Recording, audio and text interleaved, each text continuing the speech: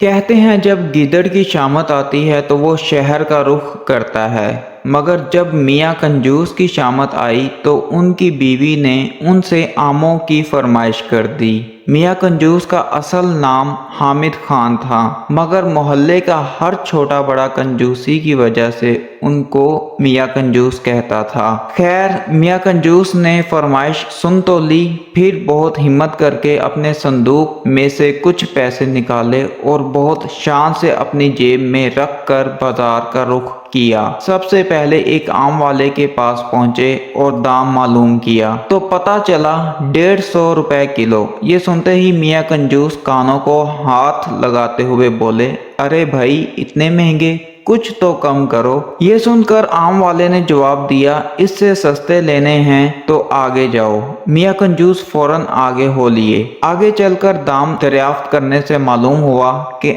आम 150 रुपए किलो ही हैं। दाम सुनकर कंजूस मियाँ बुरा सा मुंह बनाकर उससे बोले, खुदा का खौफ करो, इतने महंगे आम बेचते हो, इतना उम्दा माल सस्ता नहीं मिलेगा। आम वाले ने कहा। अब मियाँ कंजूस एक और आम वाले के पास पहुंचे। आमों की हालत काबिले दीद थी, पिचके, गले सड़े, जिनसे रस बह रहा था। हजारों की तादाद में मक्खियां भिनभिना रही थीं। मियाँ कंजूस ने पूछा, भाई, आम क्या किलो दिए हैं? आम वाले ने जवाब दिया, सबसे सस्ता लगाया है, सिर्फ 80 रुपए किलो। मियाँ कंजूस गुस्से से झुनझुनाए और बोले, इतने खराब आम 80 रुपए किलो? आम वाले ने कहा, बाबूजी, इससे सस्ता आम कहीं नहीं मिलेगा।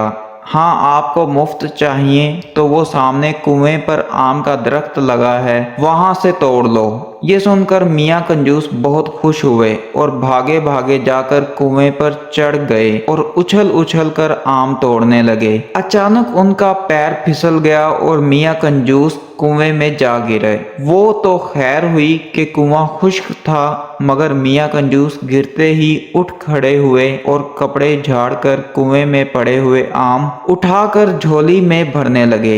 मगर जब ऊपर नजर उठाई तो बहुत परेशान हुए कि अब कुएं से किस तरह निकला जाए। ये ख्याल आते ही मियाँ कंजूस लगे चीखने चिल्लाने।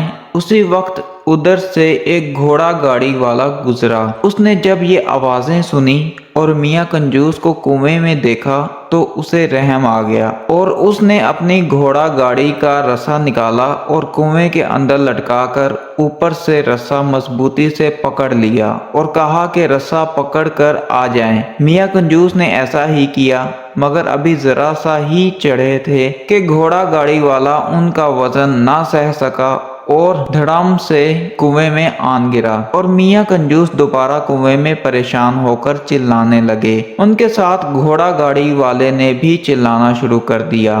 अचानक उस आम के दरख्त का मालिक वहां पहुंच गया। उसने देखा और हैरान होकर पूछा कि तुम दोनों कुएं में क्या कर रहे हो? तब मियाँ कंजूस ने तमाम बात उस आमों के मालिक को बताई। मालिक ने कहा, अगर आप मुझे 200 रुपए दें तो मैं आपको निकाल दूंगा। ये सुनकर मियाँ कंजूस ने वादा कर लिया और जब दोनों को मालिक ने बाहर निकाल दिया तो मियाँ कंजूस ने मजबूरन 200 के नोट मालिक को दिए और खाली हाथ घर आ गए।